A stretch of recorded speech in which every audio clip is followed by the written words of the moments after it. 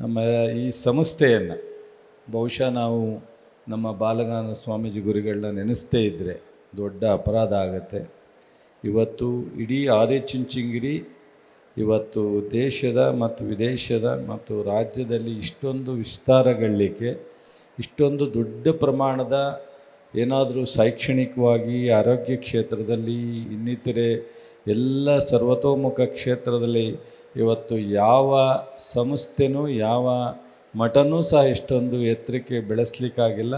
ಅದಕ್ಕೆಲ್ಲ ಓನ್ಲಿ ನಮ್ಮ ಬಾಲಗಂಗಾಧರ ಸ್ವಾಮೀಜಿಯವರ ಪ್ರಯತ್ನ, ಅವರ ಆಶೀರ್ವಾದ ಬಿಟ್ಟು ಇನ್ನೇನು ನಾವು ಯೋಚನೆ ಮಾಡೋ ಪ್ರಶ್ನೆಯೇ ಇಲ್ಲ. ಸೊ ಅವರ ಅವತ್ತಿನ ಗುರಿ ಬಹುಶಃ ನಮ್ಮ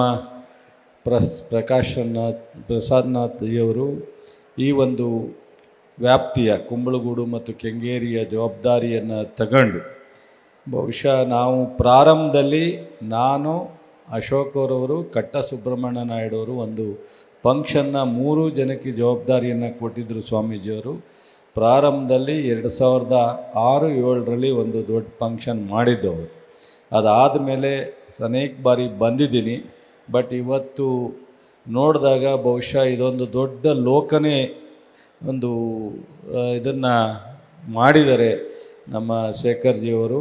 ಇದಕ್ಕೆ ನಮ್ಮ ನಿರ್ಮಲಾನಂದ ಸ್ವಾಮೀಜಿಯವರು ಸಂಪೂರ್ಣವಾಗಿ ಬಾಲಗಂಗಾಧರ ಸ್ವಾಮೀಜಿಯವರ ಜವಾಬ್ದಾರಿ ಕೊಟ್ಟ ನಂತರ ಇವತ್ತು ಮಠನ ಇನ್ನೂ ಎತ್ತರಕ್ಕೆ ತೊಗೊಂಡೋಗ್ತಾ ಇದ್ದಾರೆ ವಿನ ಯಾರೂ ಸಹ ಒಂದು ಸೆಕೆಂಡು ದೊಡ್ಡವ್ರನ್ನ ಆಬ್ಜೆನ್ಸನ್ನು ನಾವು ಯೋಚನೆ ಮಾಡೋವಂಥ ಅವಕಾಶ ಮಾಡಲೇ ಇಲ್ಲ.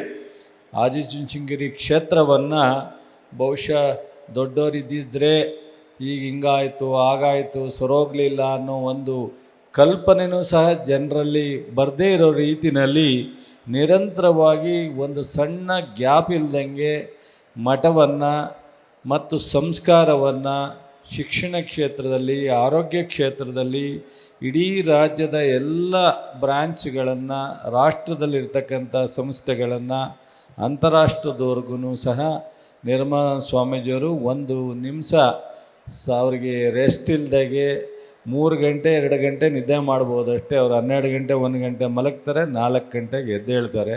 ಇಷ್ಟು ಸತತವಾಗಿ ನಿರ್ಮಲಾನಂದ ಸ್ವಾಮೀಜಿಯವರು ಬಾಲಗಂಗಾಧರ ಸ್ವಾಮೀಜಿಯವರ ಕೊಟ್ಟ ಜವಾಬ್ದಾರಿಯನ್ನು ನಾವು ಯಾರೂ ಸಹ ಕನಸಿನಲ್ಲೂ ಕಂಡಿರಲಿಲ್ಲ ನಿರ್ವಹಿಸ್ತಾರೆ ಅಂತ.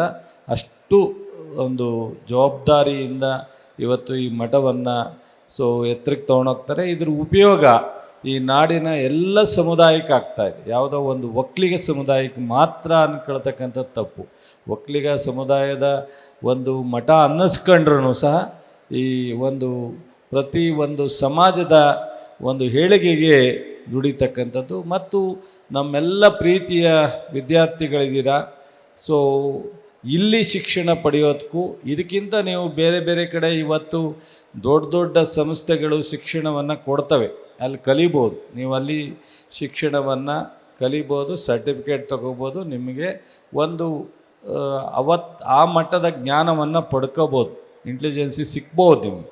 ಆದರೆ ಇಲ್ಲಿ ಸಂಸ್ಕಾರ ಸಿಗುತ್ತೆ ನಿಮಗೆ. ಇಲ್ಲಿ ತಂದೆ ತಾಯಿ ಬಗ್ಗೆ ಒಂದು ಪ್ರೀತಿ ವಿಶ್ವಾಸ, ಸಮುದಾಯದ ಬಗ್ಗೆ, ನಾಡಿನ ಬಗ್ಗೆ, ನಿಮ್ಮ ಇತಿಹಾಸ, ಜವಾಬ್ದಾರಿ ಇವೆಲ್ಲವೂ ಸಹ ಸಿಕ್ಕುತ್ತೆ. ನೀವು ಈ ಕ್ಷೇತ್ರದಲ್ಲಿ ಶಿಕ್ಷಣವನ್ನು ಪಡಿತಕ್ಕಂಥ ನಮ್ಮೆಲ್ಲ ಪ್ರೀತಿ ವಿದ್ಯಾರ್ಥಿನಿಯರಿಗೆ ನಿಮ್ಮ ಜೀವನ ಕೊನೆಯವರೆಗೂ ನಿಮ್ಮ ದುಡಿಮೆಗಿಂತ, ನಿಮ್ಮ ಸಾಧನೆಗಿಂತ, ನಿಮ್ಮ ಸುಖ ಜೀವನ ಸಿಕ್ಕಲಿಕ್ಕೆ ಇದೊಂದು ದೊಡ್ಡ ಫೌಂಡೇಶನ್ ಅಂತ ಅನ್ಕೋತೀನಿ.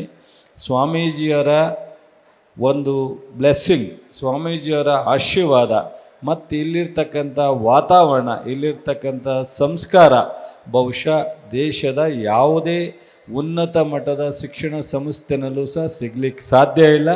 ನೀವು ಅದರಿಂದ ಪೋಷಕರಿರ್ಬೋದು, ಮಕ್ಕಳಿರ್ಬೋದು, ಇಂಥ ಒಂದು ಸಂಸ್ಥೆನಲ್ಲಿ ವಿದ್ಯಾಭ್ಯಾಸವನ್ನು ಮಾಡಬೇಕು. ಇವತ್ತು ಆದಿಚುಂಚನಗಿರಿ ಈ ಒಂದು ಮಟ್ಟಕ್ಕೆ ಬರೀ ಇದೊಂದು ನಾವು ನೋಡಿ BGS ಕೆಂಗೇರಿ ಒಳಗಡೆ ಬಂದಾಗ ಇದೇನಪ್ಪ ಇದು ಉದ್ದ ಅಗಲ ಎತ್ತರ ನೋಡ್ಲಿಕ್ಕೆ ಸಾಧ್ಯನಾ ಅನ್ನೋ ಥರ ಇದೆ. ಆದರೆ ಈ ಥರದ್ದು ನೂರಾರು ಸಂಸ್ಥೆ ಇವತ್ತು ಈ ರಾಜ್ಯದಲ್ಲಿದೆ. ಆದರೆ ಈ ಸಂಸ್ಥೆ ತುಂಬ ಚೆನ್ನಾಗಿ ಬೆಳೆಸಿದ್ದಾರೆ ಶೇಖರ್ಜಿಯವರು. ಇದಕ್ಕೆ ಬಹುಶಃ ನಿರ್ಮಾಣ ಸ್ವಾಮೀಜಿಯವರು, ಬಾಲಗಂಗಾಧರ ಸ್ವಾಮೀಜಿಯವರು ಕೊಟ್ಟಂಥ ಅವತ್ತು ಇವರಿಗೆ ಸಂಪೂರ್ಣ ಸಪೋರ್ಟ್ ಕೊಟ್ಟು ಈ ಜವಾಬ್ದಾರಿಯನ್ನು ನಿರ್ವಹಿಸ್ತಾರೆ ಅಂತೇನು ಇವರಿಗೆ ಪ್ರಸನ್ನಜಿಯವರಿಗೆ ಜವಾಬ್ದಾರಿ ಕೊಟ್ಟರೋ ಅದನ್ನು ಎಲ್ಲೂ ಸಹ ಅನುಮಾನ ಪಡೆದಲ್ಲೇ ನಮ್ಮ ನಿರ್ಮಾಣ ಸ್ವಾಮೀಜಿಯವರು ಸಹ ಇವರಿಗೆ ಸಂಪೂರ್ಣವಾಗಿ ಫ್ರೀ ಹ್ಯಾಂಡ್ ಕೊಟ್ಟು ಸಪೋರ್ಟ್ ಕೊಟ್ಟದಕ್ಕೆ ನಿಜಕ್ಕೂ ಸಹ ಸಾರ್ಥಕ ಆಗಿದೆ.